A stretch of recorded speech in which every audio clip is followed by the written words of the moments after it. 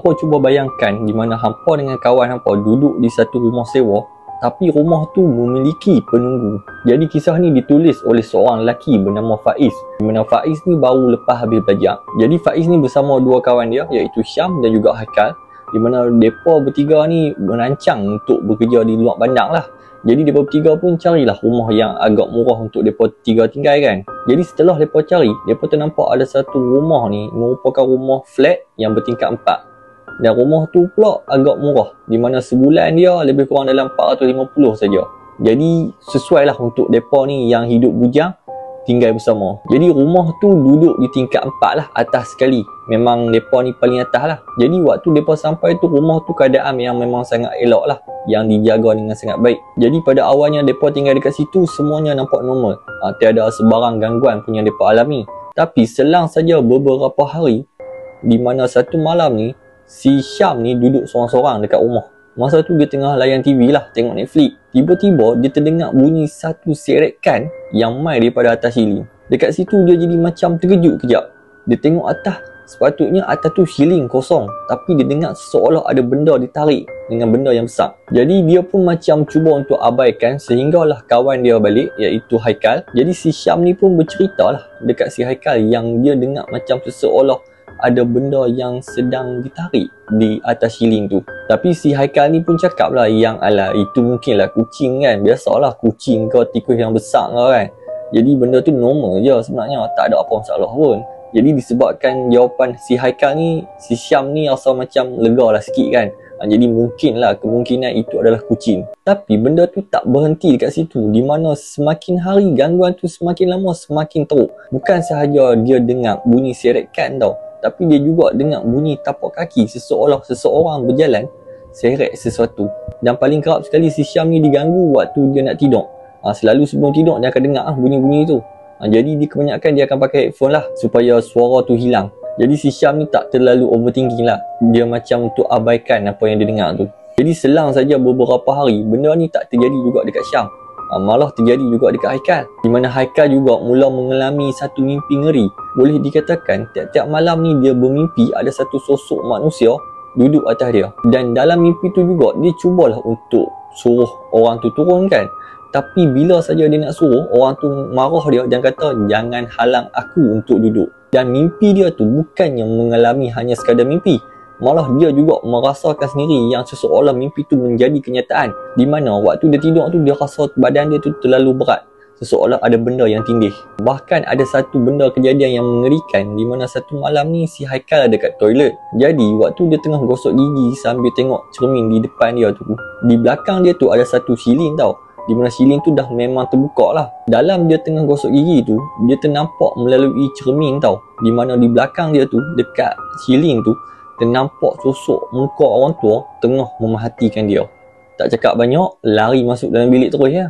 Terus masa tu dia panggil kawan-kawan dia untuk tengok kan. Tapi bila saja kawan dia pergi tengok dekat silin tu, tak ada siapa pun. Malah si Faris ni pun merupakan orang yang menceritakan kisah ni.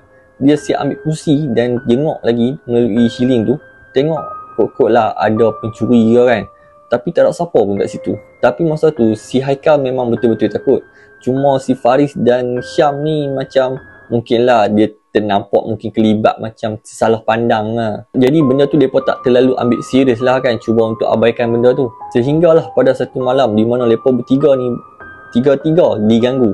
Di mana malam tu mereka bertiga duduk di ruang tamu, duduk sembang sambil tonton TV, borak-borak lah. Tiba-tiba mereka terdengar bunyi pinggan jatuh mai daripada arah dapur. Jadi kat situ mereka terdiam. Mereka macam tengok sesama masing-masing kan. Aku tengok hang, hang tengok aku. Jadi masa tu mereka dah macam mula rasa pelik. Benda apa pula jatuh kan. Jadi dalam mereka cuba untuk abaikan benda tu, tiba-tiba mereka terdengar bunyi guli pula yang bergolek dekat atas siling. Dalam masa yang sama pula, selang saja beberapa saat, bunyi tapak kaki yang sangat kuat yang mai daripada atas siling. Jadi masa tu mereka dah memang goyang dah masing-masing. Bahkan mereka dengar bunyi pintu tertutup dengan sangat kuat.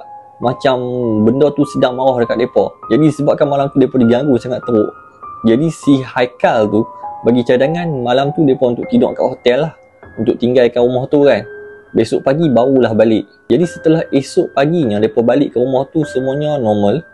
Jadi mereka buat keputusan untuk bertanya dekat orang-orang dekat kawasan situ lah tentang rumah tu, siapa pemilik asal rumah tu. Jadi setelah mereka bertanya beberapa orang, mereka mendapati jawapan yang hampir sama, di mana rumah tu pada asalnya merupakan seorang pemilik suami isteri, di mana mereka ni memang tak ada anak. Tapi setelah beberapa lama, isteri dia meninggal dulu. Jadi tinggallah si suami ni seorang-seorang. Jadi sehinggalah beberapa tahun selepas tu, pakcik tu juga meninggal, di mana dia meninggal di dalam rumah tu dikatakan meninggal disebabkan sakit tua lah. Jadi dekat sini timbullah dua teori yang mengatakan rumah tu dan pengganggu tu adalah pakcik tu sendiri. Yang mana teori yang pertama mengatakan pakcik tu tak bagi siapa-siapa tinggal dekat rumah tu. Mungkinlah rumah tu merupakan kenangan dia bersama isteri dia, jadi dia tak benarkan siapa-siapa tinggal dekat rumah tu lah. Itu teori yang pertama.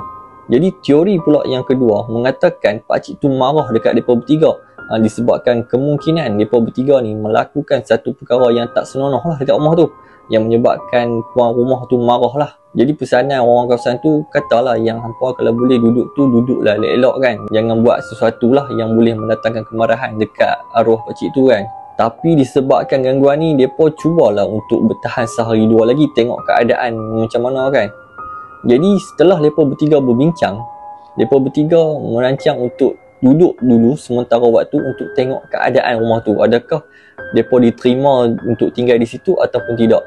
Tapi malangnya mereka ni diganggu juga dengan benda yang sama, di mana yang mereka ni selalu nampak kelibat. Jadi pada akhirnya mereka memilih untuk keluar juga daripada rumah tu, daripada mereka diganggu setiap hari. Baiklah mereka berpindah ke tempat lain. Jadi mereka pun memilih untuk pindah ke rumah yang lebih aman sikit lah daripada rumah flat tu. Jadi persoalannya dekat sini, kalaulah hampa sewa di rumah macam tu, adakah hampa akan tinggal juga di situ ataupun berpindah?